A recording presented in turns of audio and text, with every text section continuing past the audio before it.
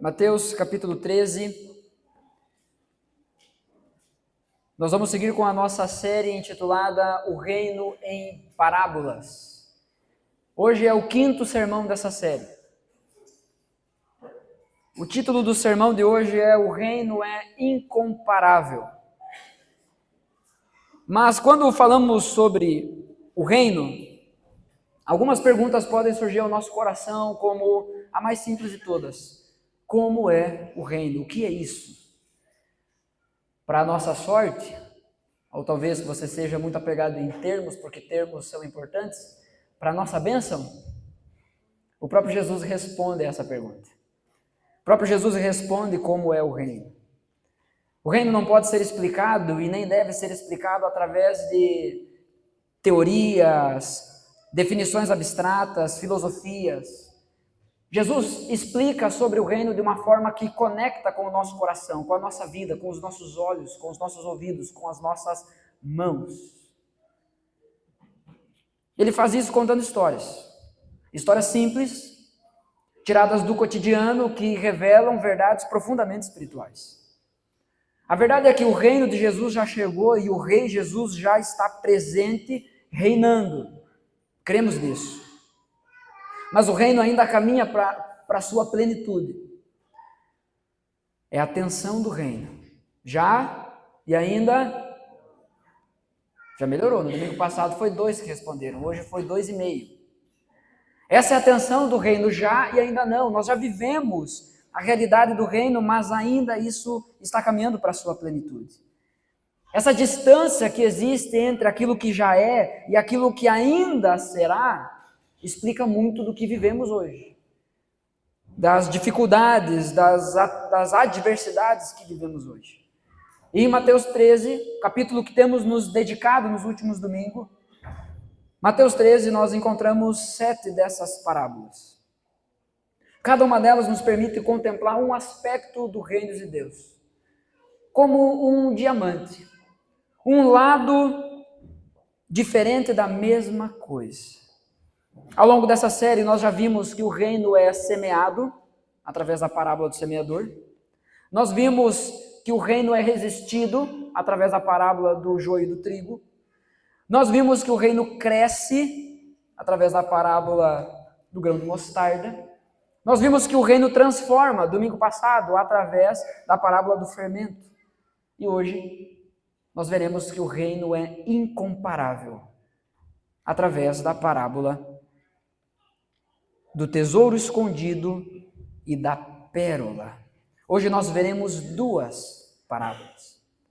Mas mais do que entender essas parábolas, nós queremos permitir ao nosso coração que elas moldem a nossa maneira de viver como discípulos de Jesus, discípulos dentro desse reino, e que por meio da iluminação do Espírito possamos nos tornar cooperadores do avanço desse reino, o reino de Jesus.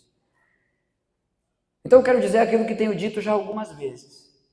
Jesus está falando muitas coisas sobre o mesmo assunto. Qual é o assunto? O reino. Não é você. Não é o seu bem-estar. É o reino. Amém? Quero ler com você então o texto, Mateus capítulo 13, a partir do verso 44. Diz assim: o reino dos céus é semelhante a um tesouro escondido no campo, que um homem achou e escondeu. Então, transbordante de alegria, vai, vende tudo o que tem e compra aquele campo. O reino dos céus é também semelhante a um homem que negocia e procura boas pérolas. Quando encontrou uma pérola de grande valor, ele foi, vendeu tudo o que tinha e comprou a pérola. Eu quero convidar você a orar mais uma vez. Feche seus olhos, por favor.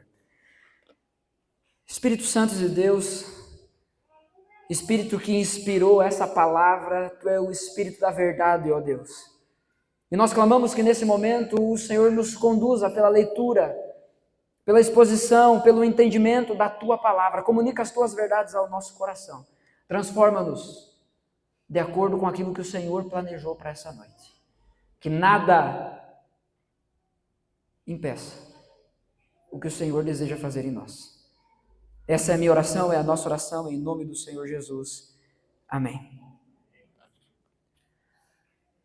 Você já perdeu algum objeto dentro de casa? Talvez a pergunta de alguns seja, hoje?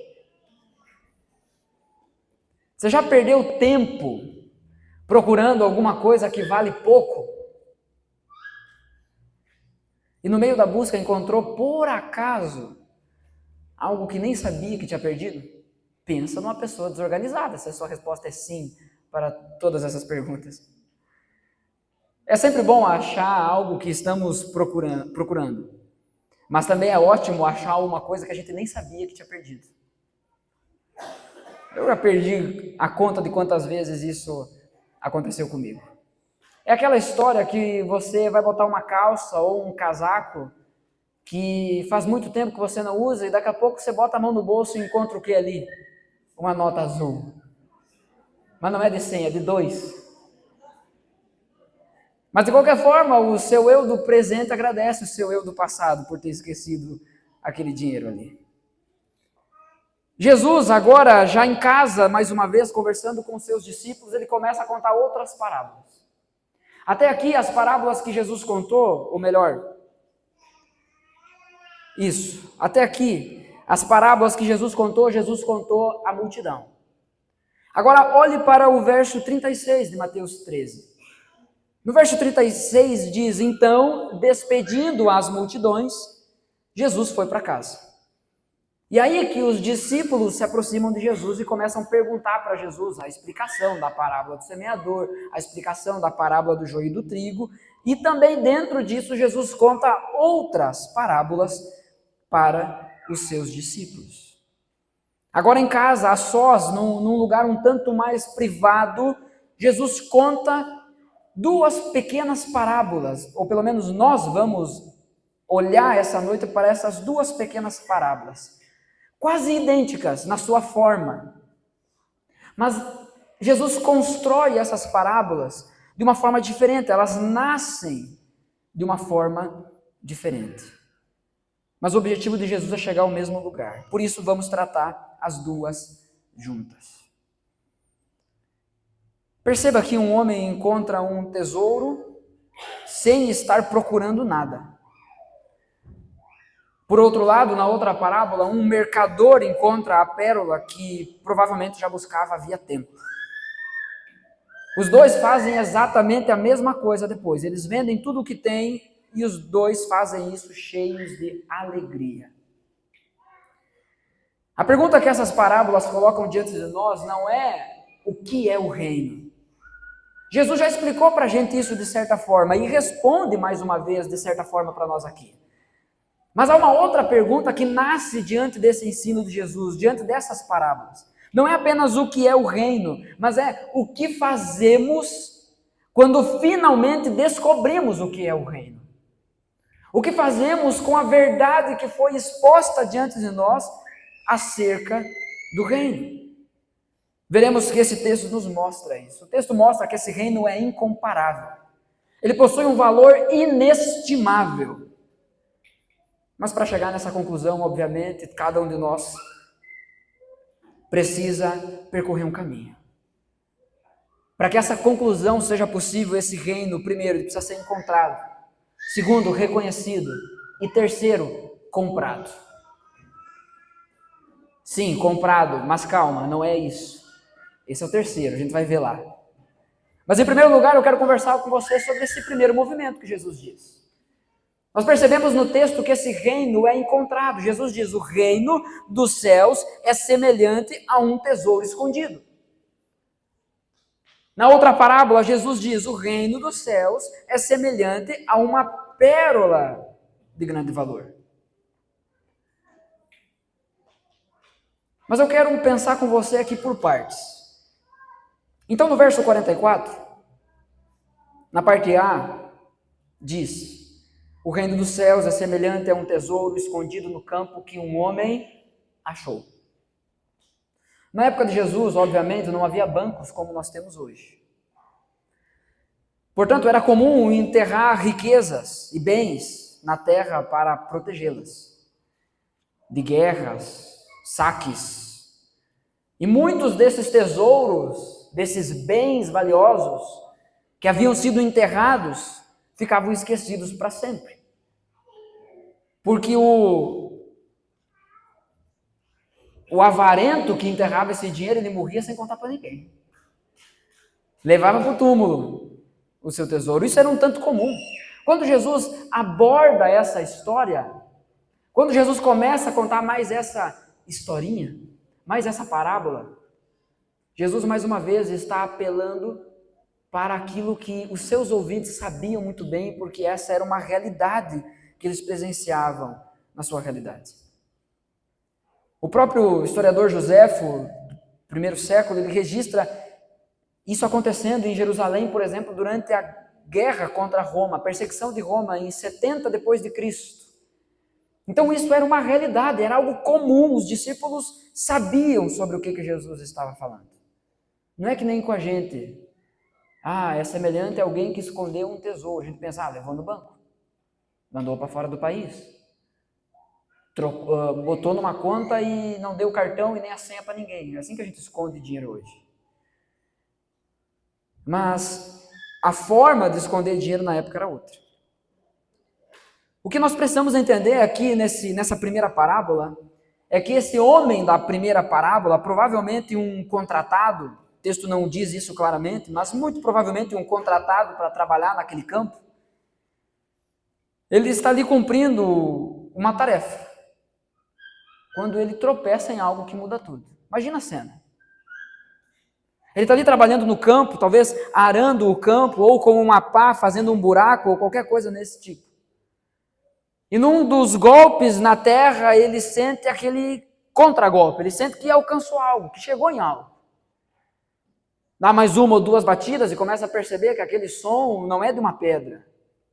Talvez é de algo metálico, um baú, alguma coisa. Aí a nossa imaginação ela já vai longe, a gente já imagina daqueles filmes de pirata, né? Um baú cheio de ouro dentro.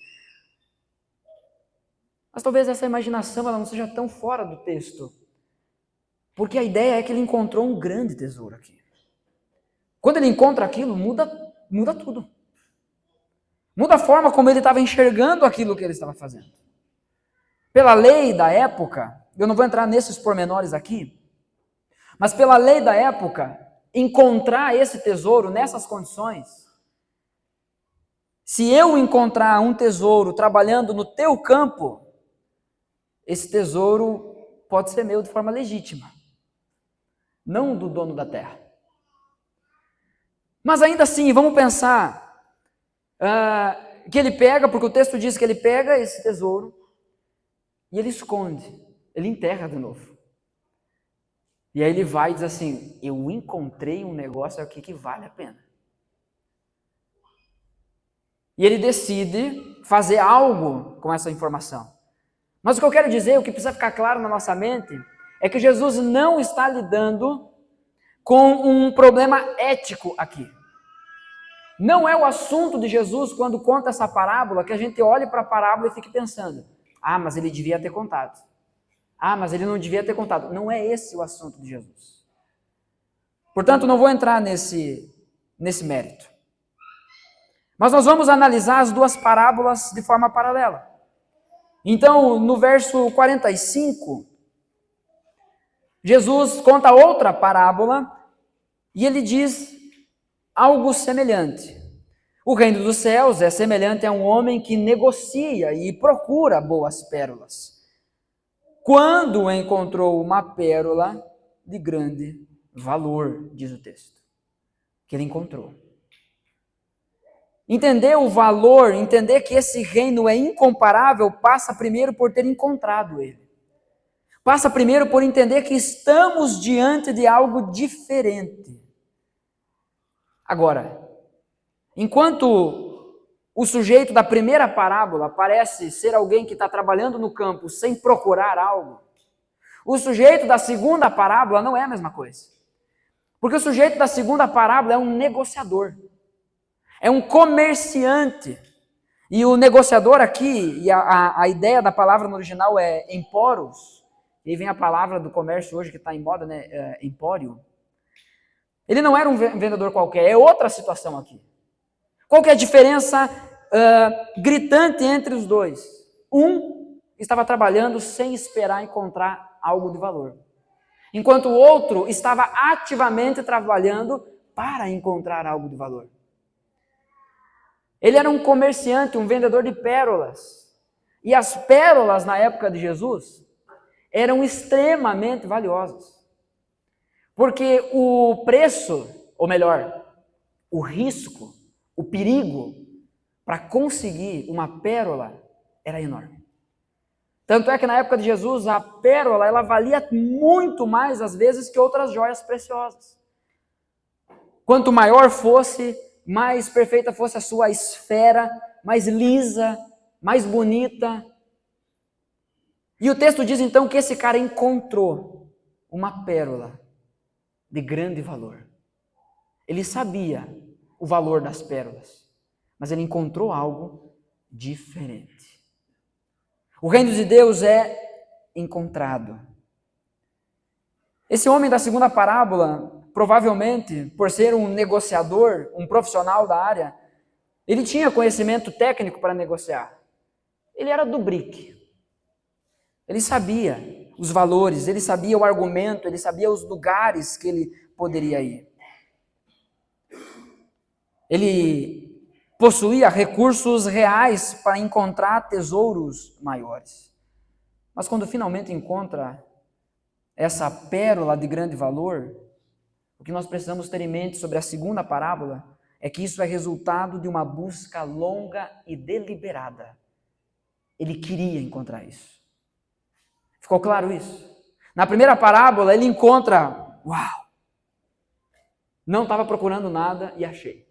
Na segunda parábola o cara estava procurando, era o trabalho dele, procurar coisas de valor. E ele encontra. Perceba como a Escritura ela está cheia desses dois tipos de pessoas. Aqueles que procuram o reino, ou melhor, para não confundir, esse é o lado dos que não procuram, né? Então vocês não procuram, estou brincando. Esse é o lado dos que não procuram. A Escritura nos mostra muitos casos de pessoas que não procuravam, mas encontraram. E a Escritura também nos mostra casos de pessoas que procuravam e encontraram. São dois caminhos diferentes até o mesmo lugar. A Escritura tem exemplo de pessoas que não estavam procurando. Por exemplo, Atos capítulo 9, verso 1 a 5. Se você quiser abrir o texto, mas a história você conhece. Estamos diante do relato da conversão do grande apóstolo Paulo. Atos 9, a partir do verso 1, diz assim: Saulo, que era o seu nome também, na outra tradução, na outra língua, Saulo, respirando ainda ameaças e morte contra os discípulos do Senhor. Então, Saulo, alguém que estava contra, certamente não procurava. Saulo estava contra as coisas do Senhor, ele estava respirando, olha o que o texto diz, respirando ameaças. O cara estava bufando atrás dos discípulos de Jesus. Na verdade, ele achava que acabar com os discípulos de Jesus era um favor que ele fazia para Deus. Então, ainda respirando ameaças e morte contra os discípulos do Senhor, dirigiu-se ao sumo sacerdote e lhe pediu cartas para as sinagogas de Damasco, a fim de que, caso achasse alguns que eram do caminho, se você abrir o texto, vai perceber que esse caminho está em letra maiúscula, porque era assim que era chamado a seita dos cristãos na igreja primitiva, aqueles do caminho. Então, se ele achasse alguns que eram do caminho, tantos homens como mulheres, os levasse presos para Jerusalém. Só que daí vem o verso 3. Enquanto trabalhava no campo, enquanto seguia pelo caminho, ao aproximar-se de Damasco, subitamente, do nada, uma luz do céu brilhou ao seu redor. Ele caiu por terra e ouviu uma voz que lhe dizia: Saulo, Saulo, por que você me persegue? Ele perguntou: Senhor, quem é você? E a resposta foi: eu sou Jesus, a quem você persegue. Você não está perseguindo os meus discípulos, o teu problema é comigo, Saulo. Paulo irritou o grandão. O problema dele era com Jesus. Ele não estava procurando, muito pelo contrário, ele estava contra. Mas quis Deus olhar para esse cara e dizer: deu. Acabou. Você não me queria, mas eu te queria. E eu ganhei, porque sou eu que mando. O resultado é o cara que é usado por Deus, inspirado pelo Espírito Santo para construir a maior parte da teologia do Novo Testamento. Aquilo que serviu de fonte, de alimento e serve ainda hoje para nós. Mas João capítulo 4, verso 4 até o 7, traz também outra situação. Agora de uma mulher que também não estava procurando. Ainda é da turma desse lado, aqueles que não procuram. Estamos aqui diante da mulher samaritana, o texto tão conhecido, a mulher no poço. O verso 4 diz, de João 4, e era-lhe necessário passar pela região de Samaria. Era comum, por conta das desavenças entre povos judeus e samaritanos, que nessa travessia os judeus fizessem o caminho mais longo, para não passar por Samaria.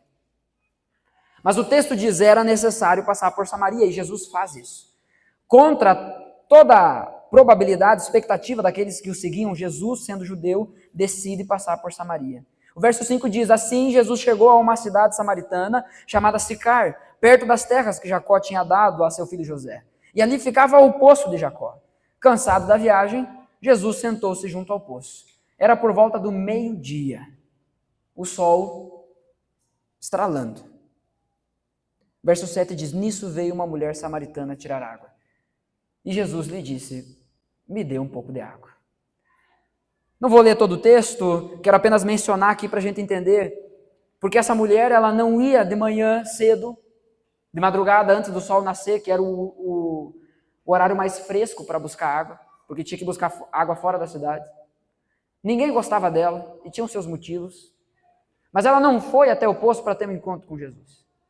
Ela foi até o poço porque ela queria buscar água e fazer isso sozinha. E aí Jesus, que não é bobo nem nada, começa uma conversa com ela, perguntando, me dá um pouco dessa água aí. Jesus dá esse passo. O resultado da história você lembra? Jesus mostra e ajuda ela a entender que o assunto de Jesus não era a água que tirava do poço. Jesus tampouco estava preocupado com quantos maridos aquela mulher tinha. O que Jesus estava querendo mostrar para ela era uma coisa só. Aquilo que você tem buscado na aprovação dos outros, seja marido, seja qualquer outra coisa, você só vai encontrar em mim. Se você beber da água que eu tenho, você nunca mais terá sede. E aquela mulher então encontrou algo de grande valor que não estava procurando. Mas essa é a realidade do reino, ele é encontrado. Em algum momento da nossa vida, em algum momento da nossa história, esse reino que é incomparável, ele foi encontrado. Mas há também quem encontra por estar procurando. Atos capítulo 8, verso 26 ao 31. O discípulo de Jesus, Filipe, está vivendo um verdadeiro avivamento. Pregando, pessoas se convertendo, e até que Deus decide tirar Filipe daquele lugar e levar ele para o deserto. O texto de Atos 8, 26 a 31 diz, um anjo do Senhor disse a Filipe, levante-se e vá para o sul, no caminho que desce de Jerusalém a Gaza, este se acha no deserto. A instrução para Filipe foi clara. Filipe se levantou, como todos nós deveríamos fazer quando Jesus nos dá uma ordem. Filipe se levantou e foi. Havia um etíope, eunuco, alto oficial de Candace, rainha dos etíopes, o qual era superintendente do seu tesouro. Ele tinha vindo a adorar em Jerusalém e estava regressando ao seu país. E assentado na sua carruagem, vinha lendo o profeta Isaías. Então o Espírito disse a Filipe, aproxime-se dessa carruagem e acompanha. Correndo para lá, Filipe viu que o homem estava lendo o profeta Isaías. Então perguntou, o senhor entende o que está lendo? Ele respondeu, como poderei entender se ninguém me explicar? E convidou Filipe a subir e sentar-se ao seu lado. O texto diz que a partir daquele texto, Filipe ensina para aquele camarada quem era Jesus. Esse etíope, eunuco, ele teve um encontro com o reino de Deus. E isso aconteceu quando ele estava buscando. Ele estava ativamente atrás, querendo saber disso. Porque na época ter uma cópia do livro, do rolo do profeta Isaías era extremamente caro. Ele investiu nisso. E ele estava lendo. Não é que nem a gente que às vezes que compra alguma coisa, uma Bíblia. e não lê. Não. Ele pegou e ele estava lendo, ele estava buscando, ele estava ativamente procurando. A Bíblia tem tantos outros casos que falam sobre aqueles que não procuravam e encontraram, e sobre aqueles que procuravam e encontraram. O que nós precisamos entender, irmãos, através disso é que nenhum caminho, se você teve um encontro com o reino de Deus sem querer, entre aspas, né? Ou se você teve um encontro com o reino de Deus querendo, procurando, vindo atrás, nenhum caminho é mais espiritual que o outro, pois nos dois casos é Deus quem providencia o encontro. Nós vemos Deus fazendo um movimento em direção aos perdidos. No QRA, ontem, foi citado aqui pelo Rodrigo, na nossa conversa aqui, ele trouxe o texto de João capítulo 6, verso 44. Jesus dizendo, ninguém pode vir a mim se o Pai que me enviou não o trouxer. É sempre Deus que providencia o encontro. Ah, mas eu nem estava procurando. Pois é, mas Jesus te queria, e aí ele providenciou. Mas eu queria muito e eu estava buscando. Pois é, mas se Jesus não tivesse providenciado, você nunca ia encontrar. Porque o que o texto está dizendo é que é Deus sempre que providencia isso. É Deus que traz, que entrega a gente para Jesus.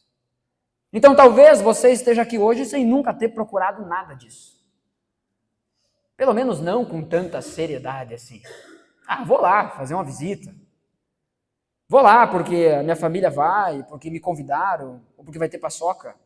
Nem foi anunciado, né? Isso é graça. Mas talvez você seja o outro grupo que já busca a verdade há anos.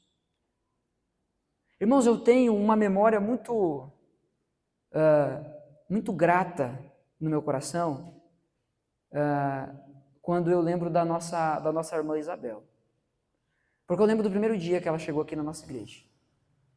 E ela disse assim, eu já fui em outros lugares, não vou dizer, eu já estive em outros lugares, já estive em outras comunidades, mas o que eu quero conhecer a verdade. Eu quero conhecer Jesus de verdade.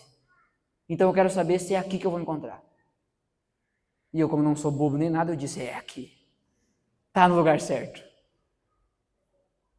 Mas não porque eu sou um comerciante, mas porque eu realmente creio nisso. Se você quer Jesus, você está no lugar certo. A gente não enganou a Isabel. Porque no dia do batismo dela, vocês lembram qual foi a resposta que deixou todas as outras respostas com vergonha? Foi a dela. Quando eu perguntei, e aí, você tem certeza disso? O sim dela veio carregado de convicção. Talvez você chegou aqui na igreja assim. Vou lá ver o que é. Não estou buscando de verdade. Vou ver se eu gosto. Teve alguém esses tempos aqui em nosso meio que tentou se aproveitar da nossa reunião e disse que eu não sei pedir dinheiro para as pessoas. E é verdade. Mas eu tomei isso como um elogio. Porque não é essa a nossa proposta aqui. Então, daqui a pouco chega pessoas aqui que não estão procurando de verdade. Mas assim como aconteceu com Saulo, uma luz. Não literal. Porque tem uma luz piscando ali, ó. Não é Deus, é só um defeito. Mas algo aqui dentro ilumina o nosso entendimento. E esse encontro acontece. Mas também pode ser o outro caso. Você está procurando. Você quer saber a verdade, você quer saber sobre Deus. E Deus também providencia esse encontro. A verdade é que mesmo sem procurar ativamente o reino de Deus, o nosso coração, ele fica dando com a cara no muro, procurando sempre alguma coisa. Ou mesmo querendo encontrar a verdade, buscando ativamente a verdade, enquanto não temos um encontro verdadeiro com o rei desse reino, há um vazio dentro de nós. O grande homem de Deus na história da igreja, Agostinho de Hipona, ele disse certa vez, o nosso coração anda inquieto, ou o nosso coração é inquieto, até repousar em ti. Desse lado, nós temos alguém que não estava procurando esse tesouro, mas estava trabalhando em outras coisas. inquieto. Do outro lado, nós temos alguém que procurava grandes riquezas, coisas de valor, mas ainda não tinha encontrado, portanto permanecia, continuava inquieto. O nosso coração anda, permanece inquieto até que repouse em Deus. Até que finalmente comece a experimentar a realidade do reino, até que finalmente encontre o reino de Deus. As parábolas dizem a mesma coisa para os dois. O reino pode ser encontrado, porque Jesus veio a nós. Amém? Segundo lugar, o reino, esse reino que é incomparável, ele é reconhecido. Precisa ser reconhecido. Olha o que diz o verso 44, a parte B. Um homem achou e escondeu. Mas por que ele fez isso? Por que ele achou e escondeu? O verso 46 diz que aquele então que era o comerciante, ele achou uma pérola de grande valor e ele tomou a decisão.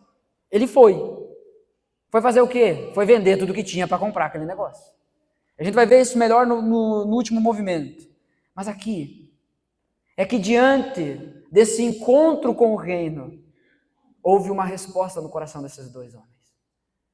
Nesses dois homens da parábola, houve uma resposta. Eles reconheceram que estavam diante de algo incomparável.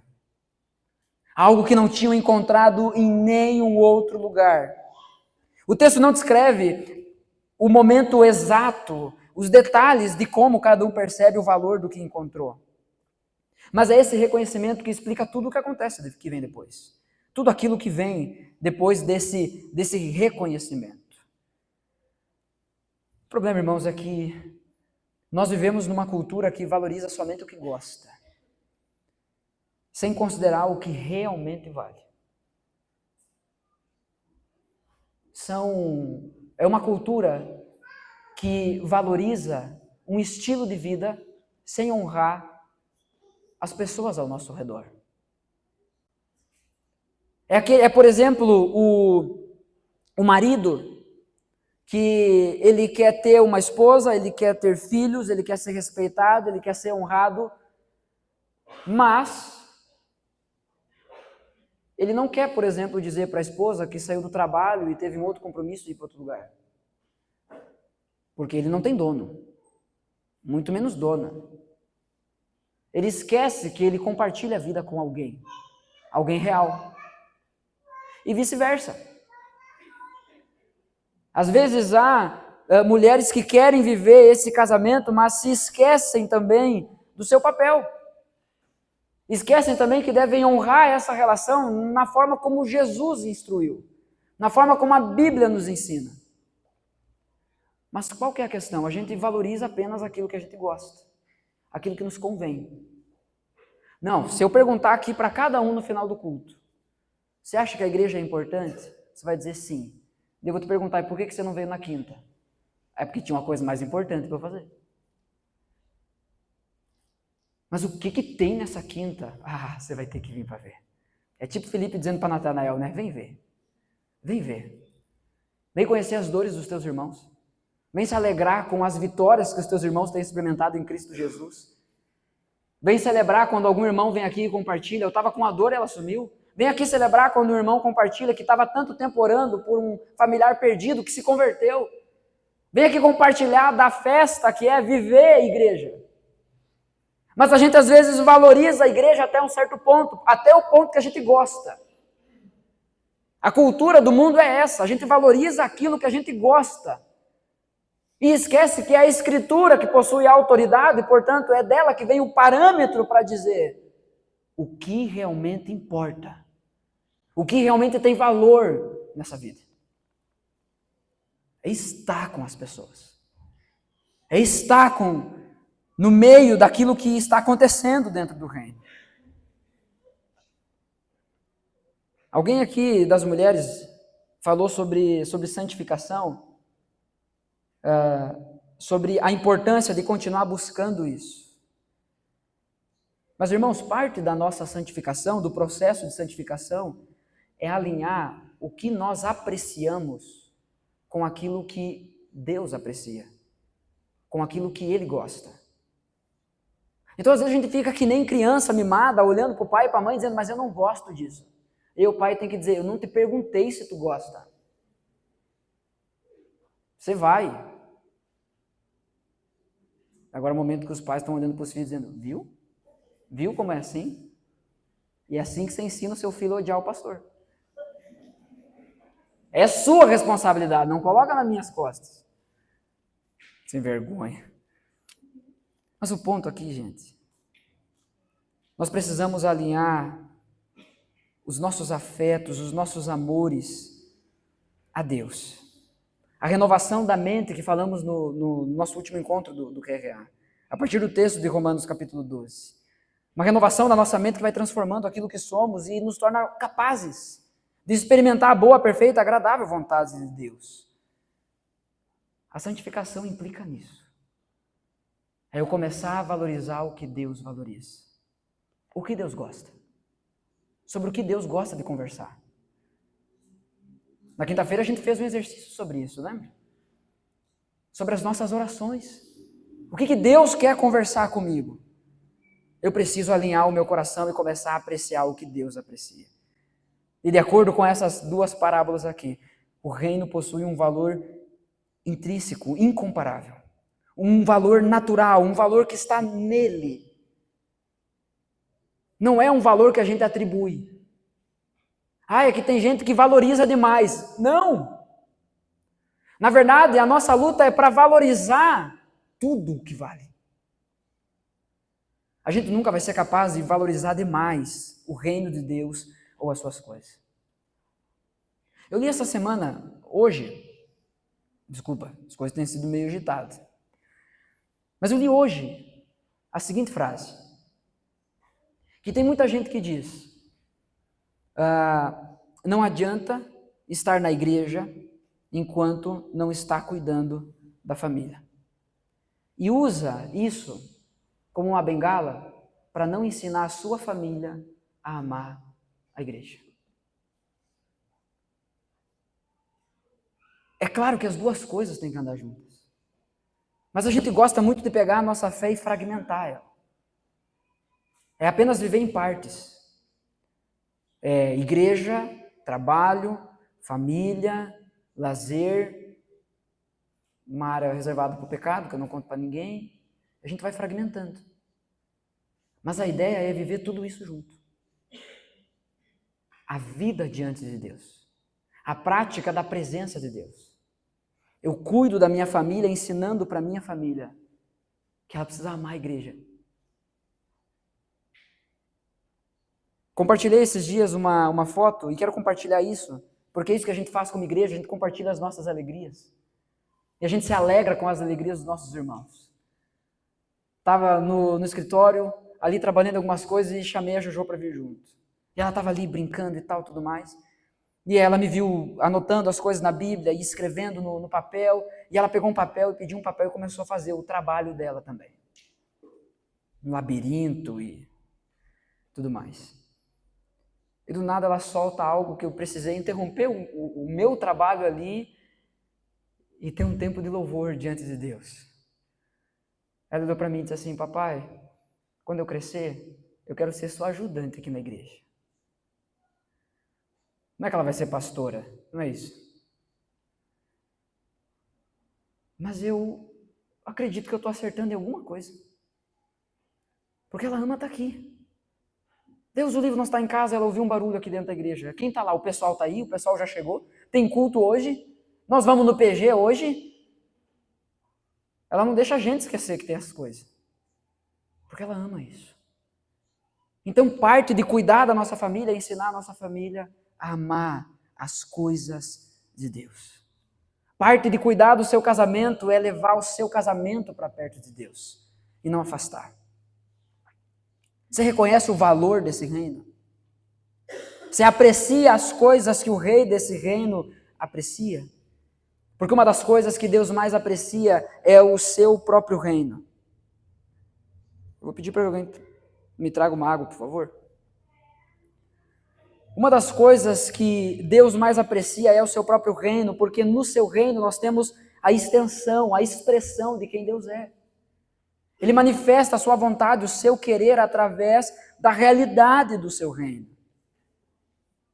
Mas devemos reconhecer que há tantas pessoas que passam, parece que tão perto, e não reconhecem o valor do reino de Deus.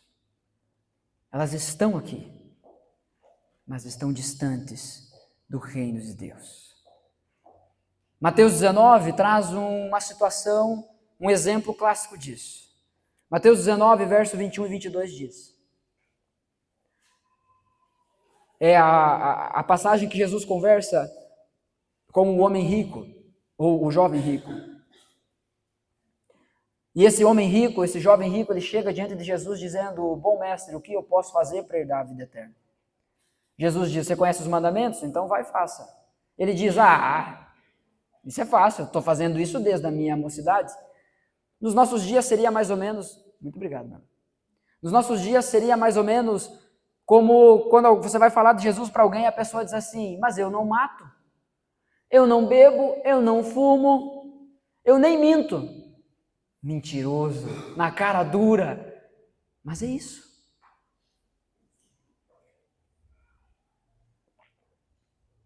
E aí esse camarada diz para Jesus: eu estou fazendo isso desde a minha mocidade. Diz uma mais difícil, essa é muito fácil. E aí Jesus responde no verso 21, dizendo: se você quer ser perfeito, quer ser o bom mesmo, vá. Venda os seus bens, dê o dinheiro aos pobres e você terá um tesouro nos céus. E depois vem e siga-me. Quer fazer então o completo? Quer render o teu coração completamente a mim? Tira tudo aquilo que te atrapalha. Vende tudo isso, vem e me segue. Mas o jovem, ouvindo essa palavra, retirou-se triste, porque era dono de muitas propriedades. Jesus, obviamente, não está lidando aqui com o dinheiro, mas com o coração. A Escritura nos ensina que a raiz de todos os males é o amor ao dinheiro. Não é dinheiro. Dinheiro é bênção, ou não é? Lembra? Você recebe e... Não, deixa quieto. Dinheiro é bênção, gente.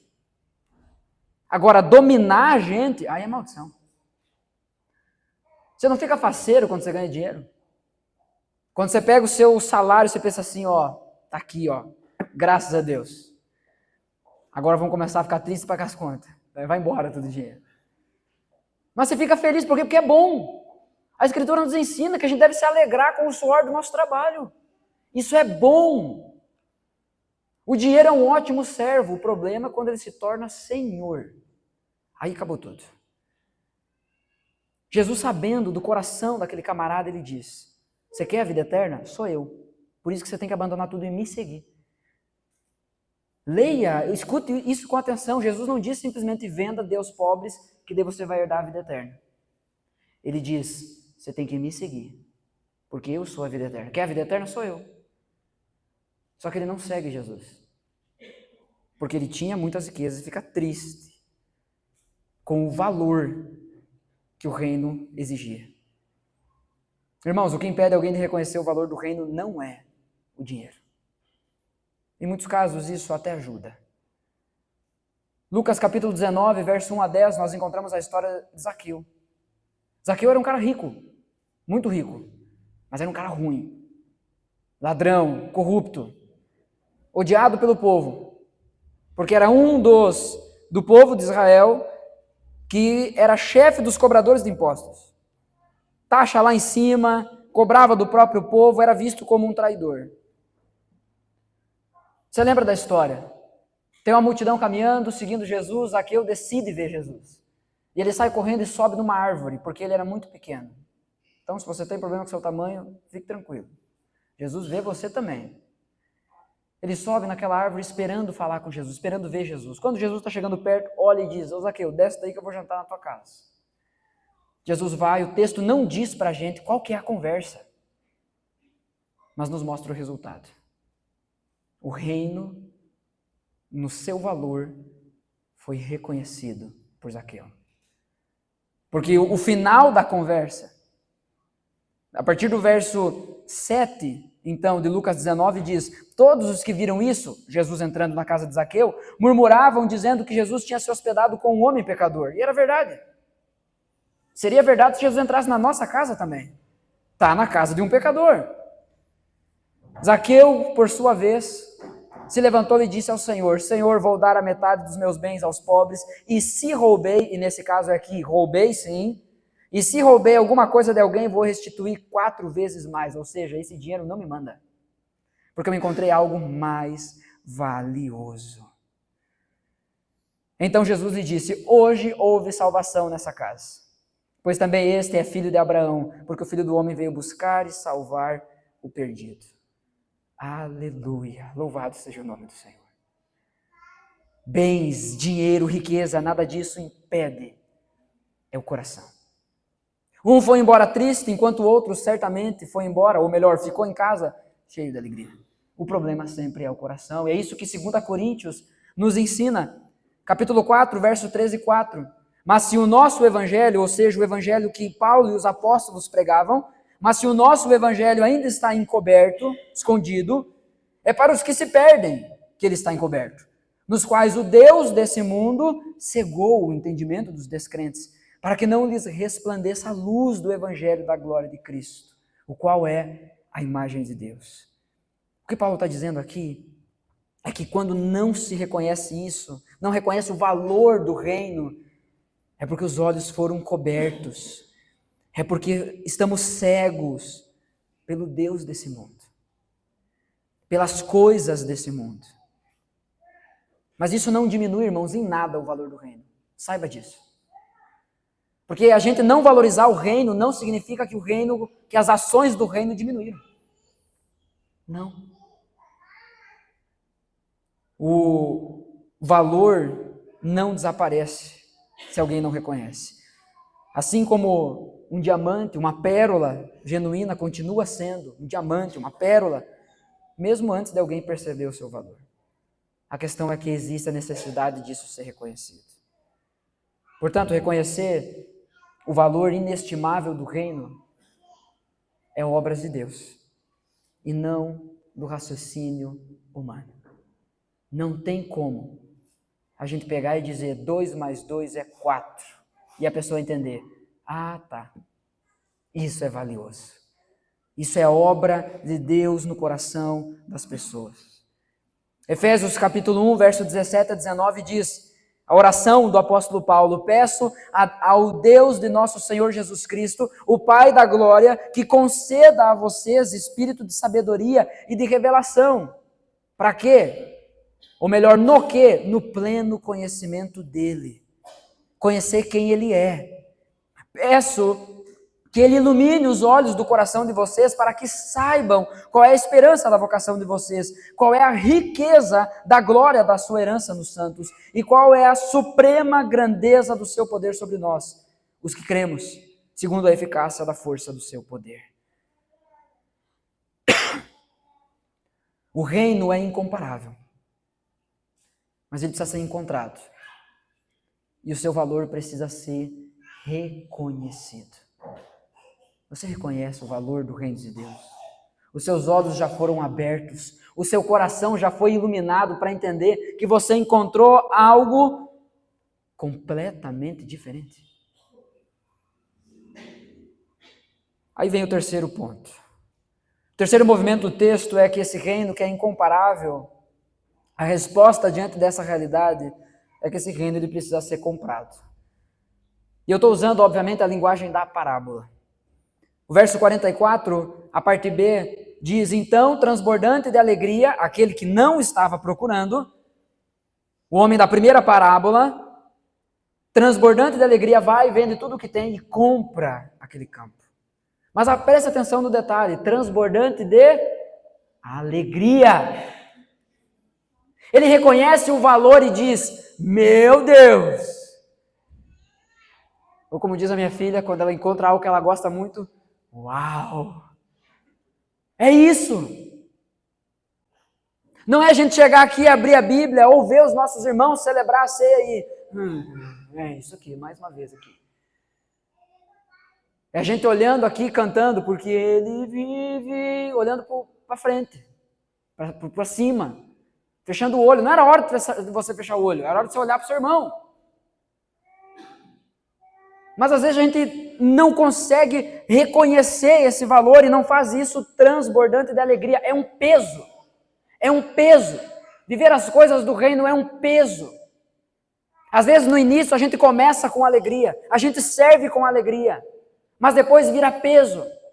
Ficar até mais tarde para arrumar a igreja é peso. Ficar mais tarde para dar carona para alguém para fazer 2 viagens é peso. Tudo é peso. Tudo aquilo que antes fazíamos transbordante de alegria, agora virou peso. Você compra a Bíblia com alegria, você começa a ler com alegria e depois vira peso. Alguém pergunta para você, leu a Bíblia hoje? Você diz, já está me cobrando. Virou o quê? Peso. Não há alegria, é um evangelho triste, é um reino triste. E esse certamente não é o reino do nosso Senhor Jesus. Porque transbordante de alegria, ele vai e compra. O verso 46, a segunda parábola, então, daquele que estava procurando o negociador, diz que quando encontrou uma pérola de grande valor, ele foi e vendeu tudo o que tinha. Gente, a pergunta óbvia aqui é, o quanto esse cara tinha? Talvez o trabalhador da primeira parábola tinha menos. Mas o texto não diz quanto que custou. Só diz que custou tudo. Enquanto o trabalhador, o comerciante da segunda parábola, que provavelmente tinha bem mais recurso, vendeu também tudo o que tinha. Mas o objetivo de Jesus não é comparar quem deu mais. O objetivo de Jesus é estabelecer um princípio. Tem que vender tudo. Porque é só vendendo tudo que consegue comprar esse algo mais valioso. Só que comprar aqui não significa que a salvação se merece ou se paga. Isaías capítulo 51, verso 1 diz, todos vocês que têm sede, venham às águas, e vocês que não têm dinheiro, venham, comprem e comam. Sim, venham e comprem sem dinheiro e sem preço. O assunto de Jesus aqui não é cobrar por aquilo que ele está dando, mas é a ideia de entregar tudo de fato o que temos. Só podemos comprá-la, comprar essa graça, comprar essa salvação, no sentido da parábola aqui. A ideia é que pela graça, mediante a fé, nós alcançamos posse legítima dela. E até mesmo essa fé é dom de Deus, é presente de Deus. Nós não podemos comprar isso, não podemos pagar por isso, não podemos fazer por merecer. A ideia do texto é comprar, é dar tudo o que você tem. Tudo meu dinheiro, pastor? Não. Se fosse só isso, seria fácil. Por onde eu vou, eu escuto a lembrança do testemunho do nosso irmão Alfredo, né? Ele dizendo, irmãos, eu achava que era só dar o dízimo e entrar para a igreja. Estava pronto. Se fosse, era tão fácil. Tão simples. Mas é tudo. É tudo. Tudo de tudo. Essa é a ideia. Essa entrega total, não é como se fazendo isso a gente compra, não é o preço para obter a graça, mas é a resposta natural de quem já viu o que foi oferecido de graça. Ele encontrou. Eu encontrei algo valioso. Eu encontrei a pérola de grande valor. O que eu vou fazer com isso? Eu vou ignorar. Deixar para lá. Não. Eu vou vender tudo o que eu tenho, porque eu preciso colocar a mão nisso. Filipenses capítulo 3, versos 7 e 8 diz, o apóstolo Paulo, agora já convertido, mas o que para mim era lucro, isso considerei perda por causa de Cristo. Ele encontrou algo mais valioso. Na verdade, considero tudo como perda, por causa da sublimidade de conhecimento de Cristo Jesus, meu Senhor. Ele está dizendo que comparado a conhecer a Cristo, todo o resto perde valor. Não é que as outras coisas não possuem valor, mas comparado ao valor desse reino, todo o resto perde o valor. Por causa dele, perdi todas as coisas e as considero como lixo para ganhar Cristo. O que eu quero é Cristo. O que eu quero é esse reino. Eu quero comprar, eu quero tomar posse, eu quero entrar dentro dessa realidade. Perceba, irmãos, as duas parábolas elas terminam parecidas de propósito. Os dois homens compram o campo para ficar com o bem valioso que continha nele. Precisa ficar claro aqui que o alvo nunca foi o campo em si, mas o que tinha. Jesus conta outra parábola, outra historinha, a do grande banquete. Ele manda convidar, diz que um rei manda convidar as pessoas para um grande banquete. Porém, esse convite é recusado porque eles estavam ocupados com outras coisas, e coisas boas. Isso está em Lucas capítulo 14. Jesus está falando e ensinando sobre isso, e aquelas pessoas recusam o convite do grande banquete, o convite para a relação com Deus. Essa é a ideia da parábola, por causa de coisas boas. Um diz que tinha comprado um campo e precisava ver. Isso é uma coisa boa, comprar uma nova propriedade. Outro diz que tinha comprado juntas de bois, aumentou o poder de produção, o maquinário da época. Também era coisa boa. E por causa disso não podia ir viver esse relacionamento como rei. O outro diz, casei. E também não posso ir. Que também é uma coisa boa. O problema é quando essas coisas tomam o lugar de Deus.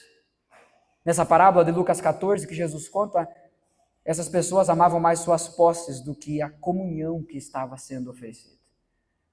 Porque quando a Bíblia fala sobre mesa, sobre banquete, sobre ceia, a ideia sempre é essa. Relacionamento. Não é comida.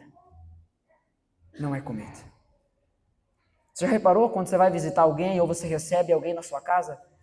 E quando a parceria, quando a companhia, a comunhão é tão boa, ela é tão verdadeira, que pouco importa o que foi comido. Que já não faz diferença se foi carne de primeira ou de quinta. Não faz diferença se teve churrasco ou foi um biscoitinho. Não faz diferença. Porque a mesa, ela carrega esse significado. Nós nos juntamos para ter comunhão uns com os outros. E essa é a verdade que a Escritura nos traz. O objetivo, irmãos, não é a busca pelas bênçãos do reino. Eu quero campo, eu quero junta de bois, eu quero um casamento. O objetivo é a busca do próprio rei e o seu reino. Precisamos vigiar o nosso coração, para que as bênçãos de Deus, as bênçãos que recebemos dele, não se tornem o nosso fim, porque não é esse o objetivo. Deus não nos abençoa para que as bênçãos sejam o alvo final do nosso desejo. As bênçãos são meio, não fim, pois devem servir para nos conduzir a Ele, mas nunca para substituí-lo. Então tome cuidado, que talvez Deus te dê um campo. Você está trabalhando no campo, você encontrou algo de maior valor, você tem que tomar a decisão. Talvez você está trabalhando com outras coisas, que te traz segurança, mas você encontrou uma coisa ainda mais valiosa. Você precisa tomar uma decisão. Perceba, isso vai contra a lógica profissional do negociador de pérolas. Não era sábio alguém investir tudo num único bem. E esse cara, que era negociador profissional, sabia disso. Mas diante da pérola de grande valor, não existe mais lógica profissional. Não existe mais lógica pessoal. Não existe mais lógica desse mundo. Diante do reino, devemos reconhecer que encontramos algo que ressignifica toda a escala de valores da nossa vida. Jesus está nos ensinando aqui que alguém que ganha tudo, entrega também tudo. Amém? Diante disso, portanto, para ouvir e praticar. Como você chegou aqui? Você estava procurando? Ou você tropeçou? Se foi tropeçando ou buscando, a questão é que você está aqui. Se alguém passou na sua casa e te arrastou para a igreja, nesse momento já não interessa mais, você está aqui. Alguns buscam, outros encontram meio sem querer, mas os dois caminhos terminam no mesmo lugar, diante do Rei do Reino, com honestidade, com franqueza. Devemos reconhecer o valor que Ele possui para nós, porque não dá para enganar Ele. Pergunte para você mesmo, responda melhor para você mesmo, o que o seu coração mais aprecia? O que o seu coração mais ama? Qual é o seu tesouro de grande valor? Qual é a sua pérola de grande valor? É bem possível que haja um tesouro maior do que Jesus na sua vida. E para identificar isso, um simples exercício serve. O que resta da sua alegria quando aquilo que Deus lhe deu é tirado? E só Deus permanece. Se só Ele permanecer, é suficiente? Vale a pena viver a vida? Se Deus tirar todas as coisas que Ele deu, ainda vale a pena? Você percebe como essa historinha de Jesus, ela tem o objetivo de entrar no fundo do nosso coração. Muitas vezes o nosso afeto está no campo e não na pérola de grande valor. Mas, amados irmãos, todos nós precisamos ter a convicção essa noite. O reino possui valor incomparável. E mesmo que muitos não reconheçam, ele continuará avançando e sendo reconhecido por aqueles que estão dispostos a vender tudo para poder comprar, sem dinheiro, mas é com a resposta do próprio coração. A pergunta que eu faço para você, para orarmos é: você está disposto a fazer parte disso? Você está disposto a comprar? Porque esse é o preço. Não é sobre quanto você tem, é sobre o que você é. E é isso que você tem que entregar. Nós vamos orar. E após a oração, acabou. Acabou o nosso culto público. Nós vamos embora com essa pergunta no nosso coração, na nossa mente. Talvez daqui a pouco, pensando sobre isso, Deus move o seu coração para ir conversar com alguém sobre isso. Para ir orar com alguém sobre isso. Talvez você chegar para alguém e dizer assim, ó, viu? Eu não tenho reconhecido esse valor. Eu não comprei. E tenho dificuldade para fazer isso. Será que você pode orar por mim? Talvez é esse movimento que você vai ter que fazer hoje. Então feche seus olhos e vamos orar.